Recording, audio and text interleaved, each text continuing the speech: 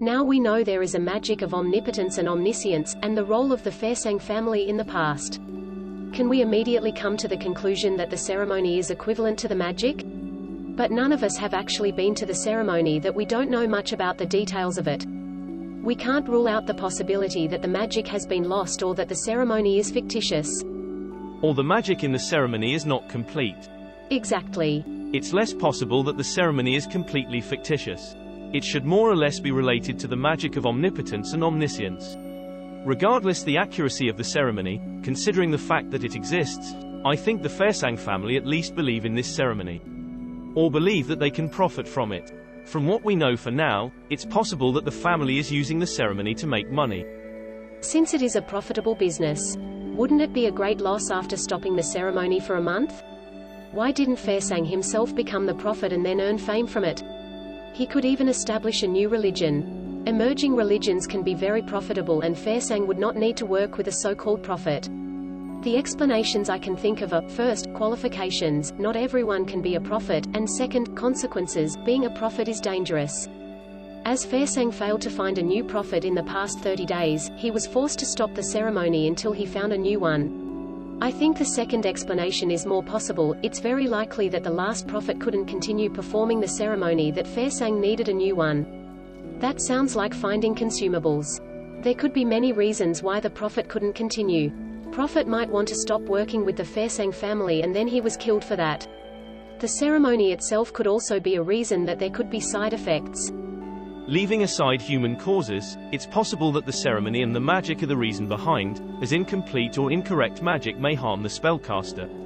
If the ceremony is correct, then we can say the ceremony itself has side effects. So, what kind of gods do harm to their own followers? You think that the ceremony is not as good as the others described? I think the ceremony has something to do with evil gods and demons. You seem to know a lot about this. So do you. You even know more than I do. It looks like we are homeschooled pretty much in the same way. How can it be pretty much the same? The Livre family is absolutely much more professional than my family. I'm flattered. What about your friend? She is simply interested in this kind of stuff, so she doesn't understand the dangers involved. Then you came with her. Mitchell smiled and looked at Elizabeth, who was asleep on the table. You can't leave her alone. Do you like gossiping that much? No, I'm just curious. Indeed, I can't leave her. We are childhood friends. She changed my life too much. I can't imagine how I could live a normal life without her. Does she know that? She hasn't realized, not yet. Ha, bittersweet. Enough. Well, let's get down to business. Why do you want to get involved in this? You can leave after watching the ceremony without investigating anything. You don't have to think about anything else at all from the beginning. I won't stand for that. Albert Farsang's motivation. The attitude of using ghosts and spirits sickens me. Indeed, we are not homeschooled in the same way. I don't know what your family told you, but my family always emphasized the importance of revering the spirits. No matter if they are good gods or evil gods, ghosts or demons. We need to respect all beings we do not understand, including fate and souls. Did I explain that well? Let me explain it in this way. Your family must has told you that you mustn't litter, right? Therefore, you are a well-educated man who doesn't litter. If you saw someone litter, you will stop him from doing so. Can you get it? Of course. My family never says that, but to me, your family is right. Then it seems like we first need to investigate if this guy has been littering or not. If yes, then we will need to stop him. Yes. Before that, let's return the books and wake Elizabeth up. I'll tell her what we discussed.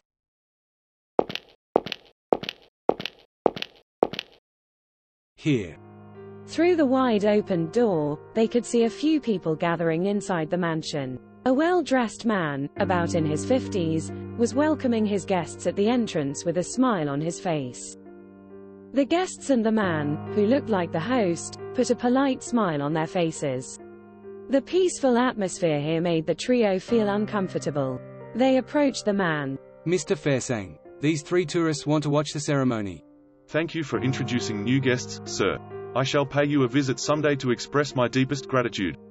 This gentleman named Farsang looked at the trio and showed a friendly smile. My name is Albert Farsang. I guess this is your first visit here, right? May I ask what your name is? Elizabeth Sybeth. Michelle Lever. Sophie Elf. Astonishment appeared on Albert's face when he heard Michael's name. I am delighted to have the opportunity to meet one of the members from the Lever family. I have business related to the trading of works of art, and I often hear compliments for the Lever family from other connoisseurs. I have been looking for an opportunity to discuss the heritage of this town with Mr. Lever since I heard his arrival a few days ago. It is a shame that I was occupied with chores, and I am honored to meet you tonight. The honor is mine. We are nothing more than people who are interested in mysterious topics. I am here to do research, and communication with the locals would help me a lot with that. I am sure I will learn a lot from you if we can meet again later when you are available. Also, please call me Michelle. My door is always open. The ceremony is about to begin. If you would like to watch the ceremony, please sign a confidentiality agreement and a contract in another room first. My servants will show you the way. Is that necessary? That is a protection for both parties. If you refuse to sign it, I regret to say that you will have to leave. They looked at each other. Of course, we will sign the documents. Albert asked a maid to take the three of them to a room and to give each of them 2 documents. A confidentiality agreement that required both parties not to publicize the contents and details of the ceremony in any way, shape, or form, including providing any information related to the ceremony to mass media such as newspapers' offices. Another document was a contract about the price of watching the ceremony. When the promisor decided not to continue to watch the ceremony, he or she would then need to explain their reason to the promisee Mr. Albert Fairsang, and to pay Mr. Albert Fairsang a certain amount of money as remuneration. Mr. Albert Fairsang reserved the right of final decision on adjusting the actual amount of remuneration based on promise's reason. They quickly signed the documents. Sophie looked very pale, but she said nothing. As the maid collected all documents, she led the trio to a hall. There were rows of seats with a projector and a white projector screen.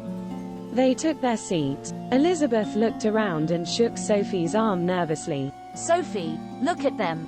I know. Sophie frowned as she said that. There were 4 guests in this hall.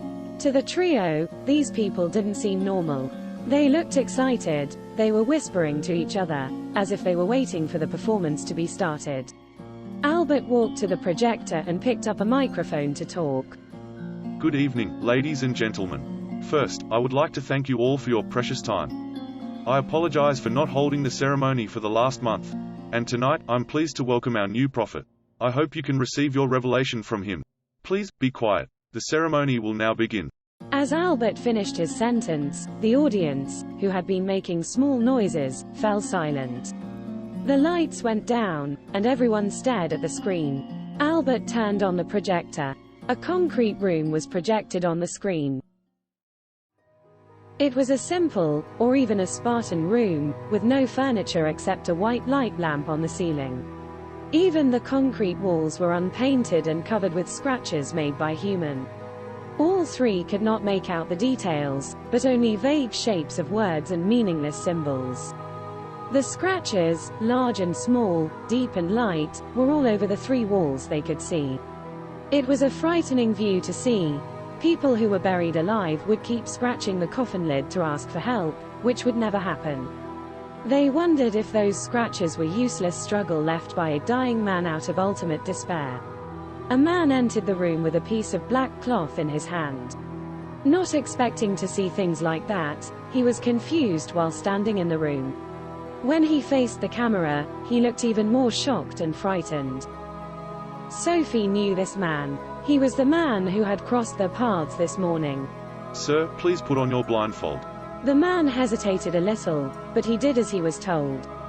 His vision was completely blocked by the black blindfold. He pressed his hand against the wall nervously. After making sure the man could see nothing, Albert pressed a button on the projector to turn off the light. When light in the concrete room had completely disappeared, the camera changed to night vision. To the trio's surprise, light still existed in the concrete room. The 3 walls were covered with magical circles painted with fluorescent paints that emitted eye-catching green light glow in the dark. The 3 could see the magic of omnipotence and omniscience that was drawn on Michael's notes, among all magic circles. The spells and symbols were strange and complex and were full of meanings and power beyond the comprehension of ordinary humans. By only looking at him, they already felt a chill running through their hearts. At this moment, those terrible spells and symbols surrounded the man, who knew nothing about things happening around him. Are you ready? The superior being of omnipotence and omniscience, may the diminutive fool ask you for your wise answer. Please guide the trivial creatures and bring answers to their doubts and worries. The fool will always remember you and offer you rich sacrificial offerings. Great being, the fool will give you everything. Mitchell whispered to the other two. That is definitely not a normal prayer, that is a transaction. A normal god won't ask for that. We just don't know whether the promisee is a demon or an evil god. They are basically the same. The man on the screen memorized the passage and then repeated it 4 to 5 times. Sophie, look. In the darkness, the man's body began to move. In night vision, they could see that the man was walking in circles as he was murmuring the spell. He was pacing aimlessly. Sophie and the others could not see his expression, but the fact that he was pacing faster and faster. He began to make incomprehensible gestures, as if he was performing a dance of insanity. The gestures and actions of the man were so comical and odd, but the three didn't feel like laughing. Sophie and Mitchell started to feel the vibes that they were familiar with. The vibes of beings other than human being. He was possessed. Possession, really? Yes, it is. But it's not the usual kind of possession you're thinking of. For these beings, they don't need to enter human body. They can control it as easily as controlling a doll. The superior being of omnipotence and omniscience has come, but the man didn't notice. It's mocking at this man, and it wants this foolish man to entertain it. Sophie looked at the one who was in charge of everything, Albert Fairsang. Unlike the others who were staring at the projector screen fanatically, he looked calm, even a little cold. He simply looked at the man on the screen. No one knew what he was thinking. The performance of madness continued for more than 10 minutes. Once Albert turned on the lights in the ceremony room, the men stopped. Albert said that was the end of the ceremony and asked the men in the room to leave. Obviously, the man did not understand what had just happened. He looked disappointed. After the man left, Albert dismissed his guests. Before they leave, the three looked at the others. The weird excitement was replaced by satisfaction on their faces, as if they just enjoyed a great feast. Seeing that scene, Sophie frowned. Sophie, are you okay? I'm fine. Let's go back. We'll talk about it later.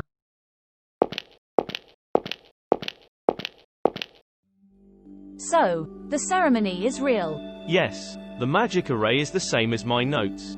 Although we don't have information about the spell, but since it can achieve that effect, very likely it is real. What should we do? What can we do? We can stop the ceremony. We can investigate the truth behind and bring it to light. We can just leave. We won't leave. Sophie, who had been frowning, said. Her serious, determined tone scared Mitchell a little. I don't care if that's a devil, a god, or a forbidden taboo. I can't tolerate what Fairsang is doing right now. He shouldn't make money from ghosts and gods. You saw it, you saw how the ceremony affected the caster. Elizabeth nodded and rubbed her hands, shivering as she recalled the strange behavior of the man she had seen. The ceremony allows a being to control the human being. So, the so-called revelation should be messages of that being delivered by controlling the mouth of human. However, not everyone is able to have contact with supernatural beings successfully, that not everyone is qualified to be a prophet. If the prophet can't understand that creature, the creature will play with the prophet. If the prophet can understand it, then the prophet becomes its spokesman. Going back to one of the previous questions, we can see 2 more questions. Why the last prophet could not continue with the ceremony? Correct. Although it's possible that Albert killed him, the information we have for now brings us new ideas about the ceremony. The first question, does the ceremony harm the caster? The second question, can the being summoned by the ceremony harm the caster? Contacting with gods, demons, etc. may affect a person in various ways, while the actual effects depend on the actual situation.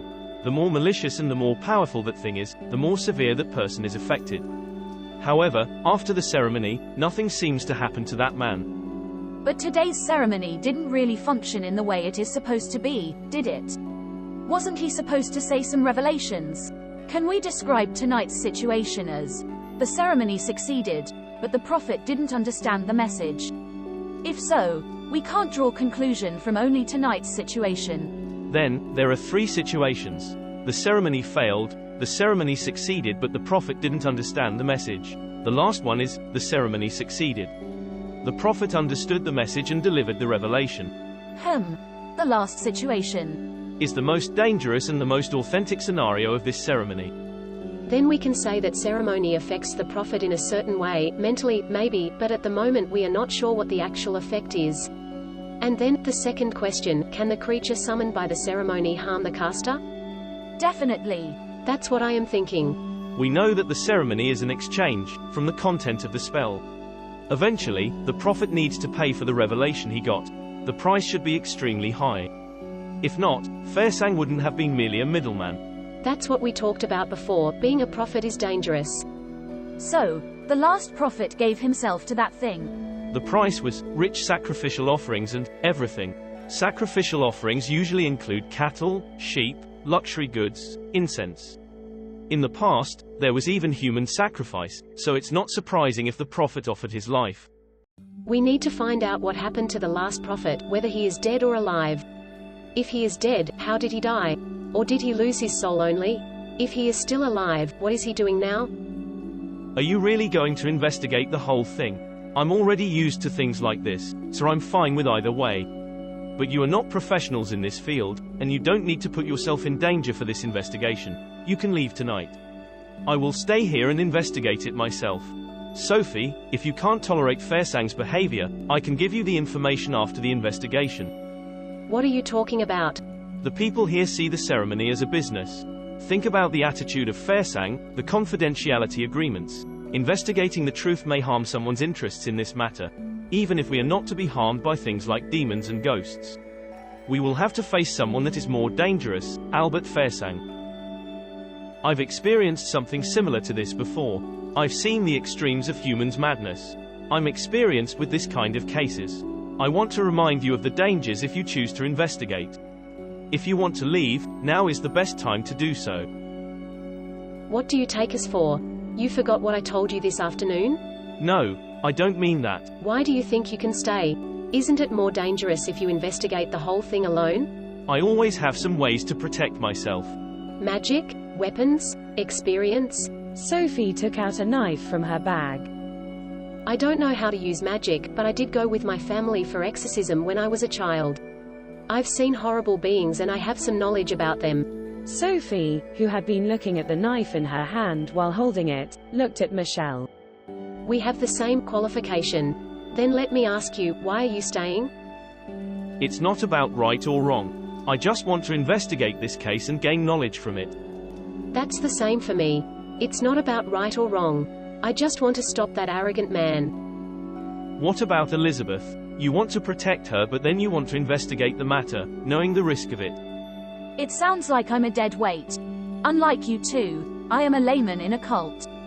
However, what if our reasonings are correct? Does the prophet who performed the ceremony tonight know anything about it? Or did Farsang lie to him? What about the last prophet? Did he know that the ceremony could harm the prophet himself? To Farsang, his ceremony is nothing more than a business. Is it possible that he deceived the prophets and even forced him to perform the ceremony? Have there been victims of the ceremony here before? I want to know the answer. If the answer is yes, I want to stop the ceremony.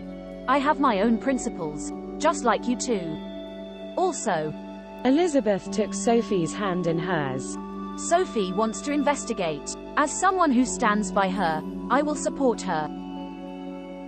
Michelle smiled bashfully. I'm sorry, I did look down on you. It's fine. Well, that's all for tonight. We have to investigate many things tomorrow.